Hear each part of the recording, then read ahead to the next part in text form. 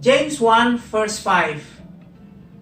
If any of you lacks wisdom, you should ask God, who gives generously to all without finding fault, and it will be given to you.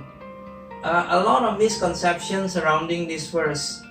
Many say that if you want wisdom, you ask God for it and it will be given to you. Well, in this chapter and in this context, James talks about why we all have trials and difficulties.